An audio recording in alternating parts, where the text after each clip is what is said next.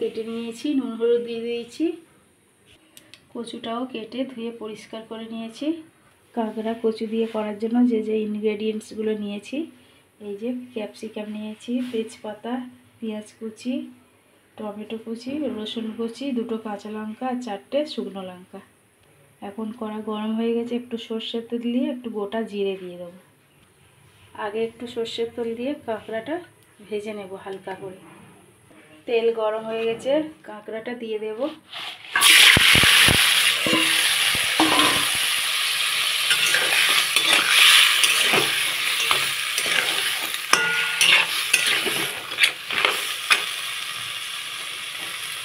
কাঁকড়াটা হালকা করে ভাজা হয়ে গেছে, এবারে তুলে নেব।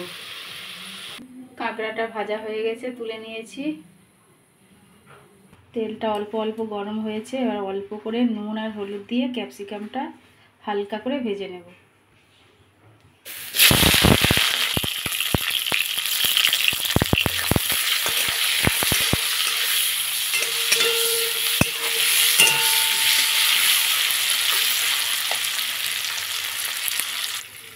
ক্যাপসিকামটা হালকা ভাজা হয়ে গেছে, এখন তুলে নেব।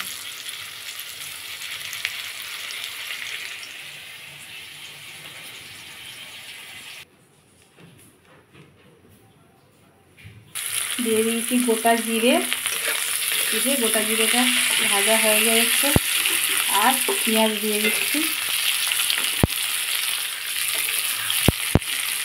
সঙ্গে শুকনো লঙ্কাটাও দিয়ে দিচ্ছি,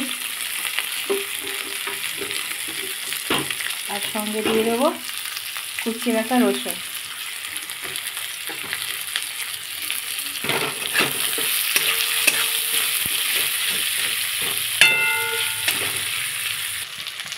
দিয়ে দেবো তেজপাতা 2টো।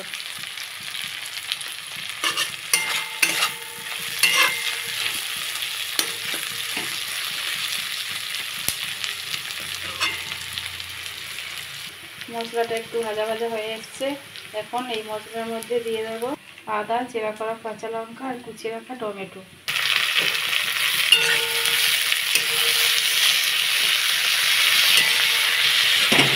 হলুদটা আমি পরে দিয়ে দেবো, এখন পরিমাণ মতো লবণ দিয়ে দেবো। পরিমাণ মতো লবণ দিয়ে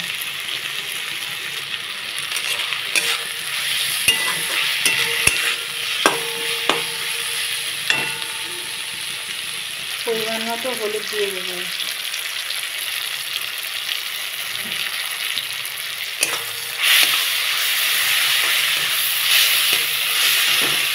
মশলা দিয়ে তেল ছেড়ে গেছে, এখন দিয়ে দেবো কেটে রাখা কচুগুলো। এটা আমি গাঁটি কচু ব্যবহার করেছি।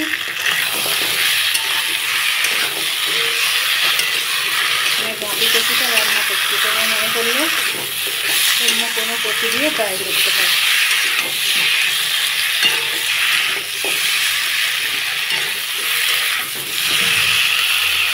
মশলা কচু খুব সুন্দরভাবে কষানো হয়ে গেছে। আমি ওভেনের ফ্লেমটা একটু মিডিয়ামে রেখেছি, যাতে খুব ভালো করে কচুটা একটু কষানোর সময় সেদ্ধ হয়ে যায়। এখন পরিমাণ মতো জল দিয়ে দেবো।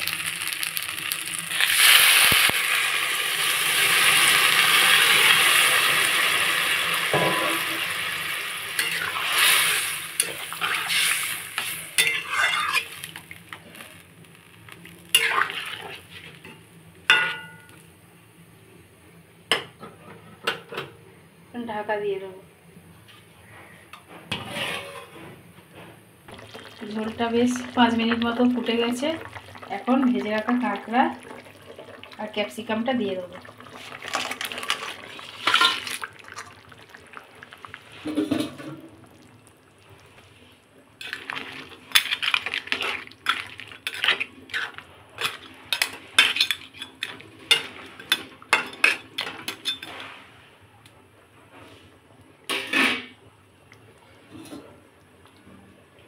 বাটির মধ্যে যেহেতু ঘি আছে, তাই একটু ধুয়ে দিয়ে দেবো। এখন একটু ধনে গুঁড়ো দিয়ে দেবো, এই 1/2 চামচ মতো। রান্নার শুরুতে গোটা জিরে দিয়েছি, আর একটু জিরের গুঁড়ো দিয়ে দিচ্ছি 1/2 চামচ। নামানোর আগে একটু গরম মশলা দিয়ে নামিয়ে নেব।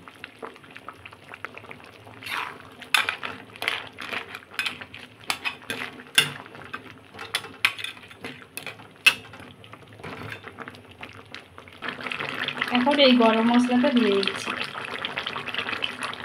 1 চামচের 5 ভাগে 1 ভাগ হবে, খুব কম করে দিলাম। তোমরা মনে করলে একটু বেশি দিতে পারো, আর মনে করলে একটু মিষ্টিও কম করে দিতে পারো। কিন্তু আমরা ঝাল ঝাল খাবো বলে একটু ঝাল ঝালই করলাম, মিষ্টি আর দিলাম না। কচুগুলো ভালো করে সেদ্ধ হয়ে গেছে, রেখে দিচ্ছি এই যে খুব সুন্দরভাবে। এখন একটু নেড়ে চেড়ে নামিয়ে নেবে।